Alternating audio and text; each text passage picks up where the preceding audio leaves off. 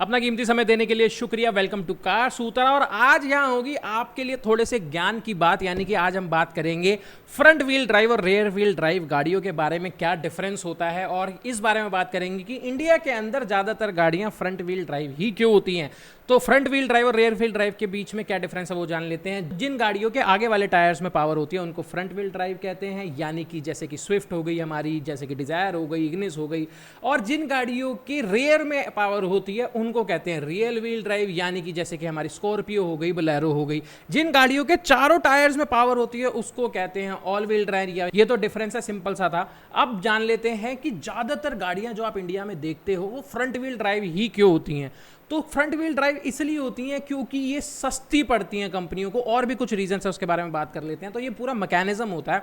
अब ये तो आप सबको पता है कि गाड़ी का इंजन ज्यादातर यानी कि 99.9% केसेस में आगे होता है, अनटिल अनलेस आप कोई स्पोर्ट्स कार फरारी फरूरी ना चला रहे हो। तो जो गाड़ी का इंजन आगे है तो पावर भी इंजन आगे ही प्रोड्यूस कर रहा होगा। अब उस पावर को पीछे ले जाने के लिए गियर बॉक्स के बाद आपको कुछ एक्स्ट्रा पार्ट्स की जरूरत पड़ती है, जैसे प्रोपेलर शाफ्ट और रियर डिफरेंशियल, जो कि बहुत ही ज्यादा कॉम्प्लेक्स पार्ट हो जाते हैं। यानी कि आगे से पीछे तक पावर ले जाने के लिए बहुत ज्यादा पार्ट्स की जरूरत पड़ती है, जो कि बहुत ज्यादा एक्सपेंसिव होते हैं। तो सबसे पहला रीजन तो ये है कि ये कॉम्प्लिकेटेड होती हैं जो रियर व्हील ड्राइव्स होती हैं, इसलिए कंपनी जो है वो आगे वाली फ्रंट व्हील ड्राइव प्रेफर करती हैं। दूसरी चीज है भाई, जब इतनी कॉम्प्लिकेटेड होती हैं तो आगे ज्यादा कॉम्प्लिकेटेड पार्ट्स भी इसके अंदर डलते होंगे, यानी कि जो फ्रंट व्हील ड्राइव है वो सस्ती भी पड़ती है।